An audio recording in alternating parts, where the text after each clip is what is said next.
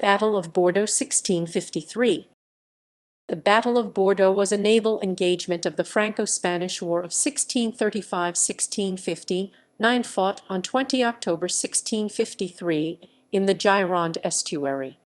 A Spanish fleet under Álvaro de Bazán, 3rd Marquis of Santa Cruz, sent to relieve Bordeaux, at that time held by the nobles, rose up against Louis XIV during the Fronde.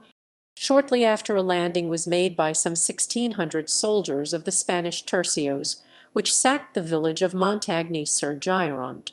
A similar attempt in the island of Ré was repulsed, so Santa Cruz, having accomplished his orders, returned to Spain. Background: in 1650, during the Fronde, King Philip Roman IV of Spain allied with the Duchess of Longueville and Vicomte de Turenne, offering them warships, soldiers, and money to fight his enemy Louis XIV of France. Most of the Spanish fleet, however, was occupied in the blockade of Barcelona, and only 3 frigates commanded by José de Osorio could be sent to Gironde estuary, although they were later reinforced by at least 8 galleons under Baron of Wettiville.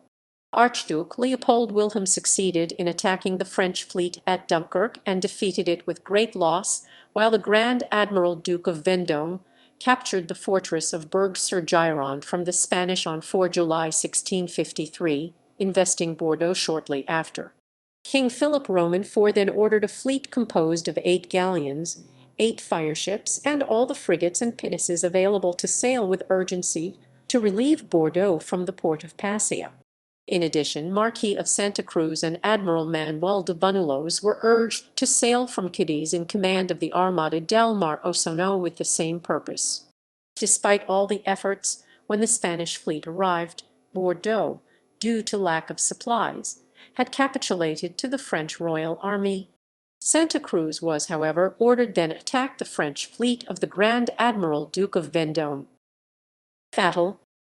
As the position of the French warships remained unknown to the Spanish, Santa Cruz spent some time searching them along the estuary.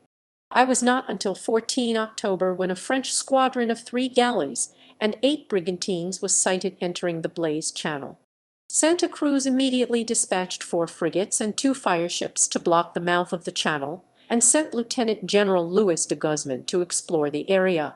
It proved to be a gut inaccessible for the biggest ships, as during the low tide the water level was extremely low, so it was planned to attack the French squadron by land.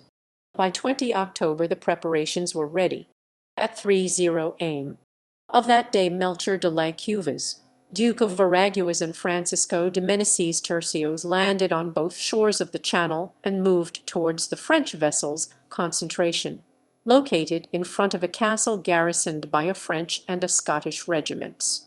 These troops, along with a cavalry corps coming from a nearby village, skirmished with the Spanish Tercios until 5:00 p.m., when the high tide allowed the Spanish seamen to sail 3 galleys and 7 brigantines out of the channel.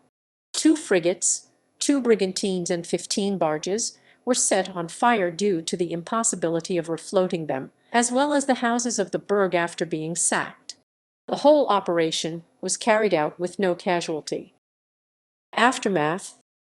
The day following the battle, the Spanish ships shelled the village of Montagne, after which 1,600 soldiers were landed and looted it, capturing large amounts of cattle, wine, wheat, and other provisions. Royan and several other nearby places were also plundered. Few days later, a surprise attack on the island of Ré failed due to the errors of Santa Cruz and Banulos. After that, Santa Cruz returned to Spain. His fleet anchored in the Port Passia, near Donostia, despite he had no orders to do it.